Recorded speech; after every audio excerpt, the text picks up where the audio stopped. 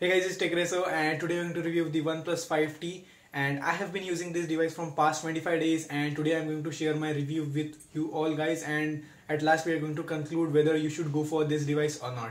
So let's get started.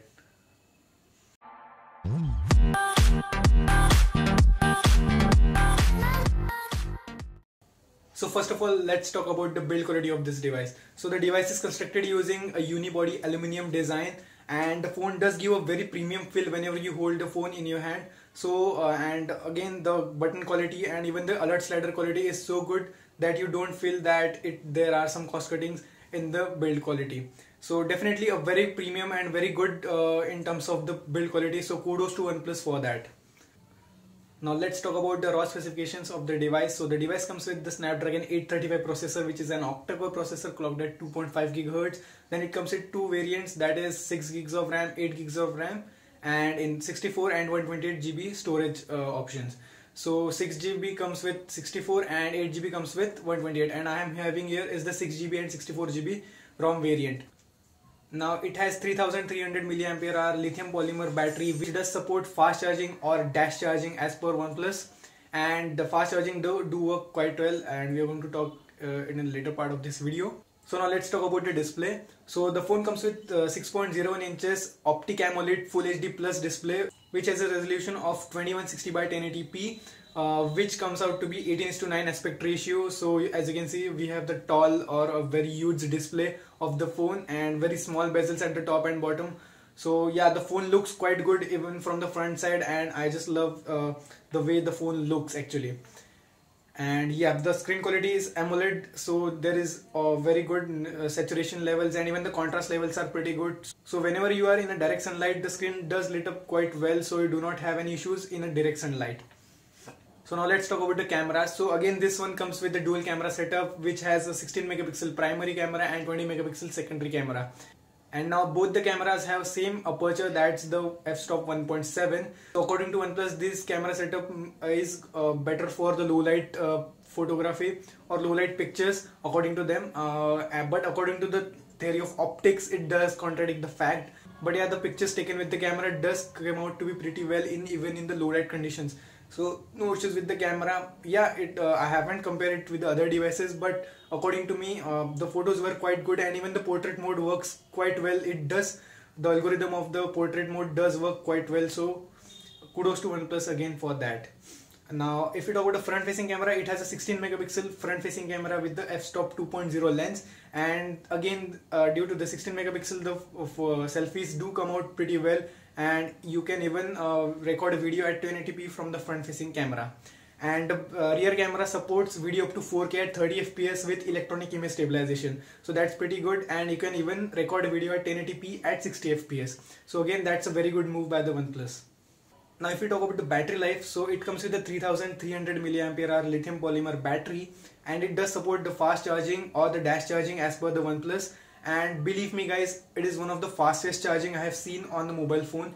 It does charge your phone within an hour from about 20 to 95 or even 100%, because I usually connect the charger when my phone is at 20%, and it does charge up to 95% within an hour or almost 50 minutes. So that's very fast charging as far as I have seen right now. So definitely no issues with the charging. And as far as the battery life is concerned, it can easily take you through a day even if you are a kind of a heavy user, because I was almost getting around 5.5 hours to 6 hours of screen on time every time. But yeah, do note that you will get 6 hours of screen on time when you use the battery till about 5 to 6%, but I usually top up whenever the battery reaches 20%. So now let's talk about some of the differences of the 5 and 5T. Now the biggest difference is from the front side, that is the huge display. So it has a 6-inch display, and we have nothing else on the screen except the sensors and the earpiece at the top of the phone. And the fingerprint sensor is moved to the back side. Obviously there is no space on the front side, and it is the same fingerprint sensor, the ceramic fingerprint sensor, which can unlock the device in 0.2 seconds, and the fingerprint sensor is extremely fast, as you can see. So you just put in your finger and the device gets unlocked. So as you can see, so the fingerprint sensor is a lot fast. And we do have a new feature which is called as a face unlock, and I have already posted a video how to set up the face unlock. You can go and watch it in the I button. So as you can see, I have enable the face unlock, and if I just look at the phone, and it will just unlock it, as you can see. So it directly just unlocks it. It does not even take half a second to load up the screen. It just immediately takes you to the home screen. So that is insanely fast. So now it comes to the final part, that's the conclusion, whether you should go for this or not. So now, according to me, there are two types of people right now: those who are owning the OnePlus 5 and others who are owning some another or the old phones. Now first of all, let's talk about the OnePlus 5 users. So the OnePlus 5 user should not upgrade to 5T as per my opinion, because there is no major change from the 5.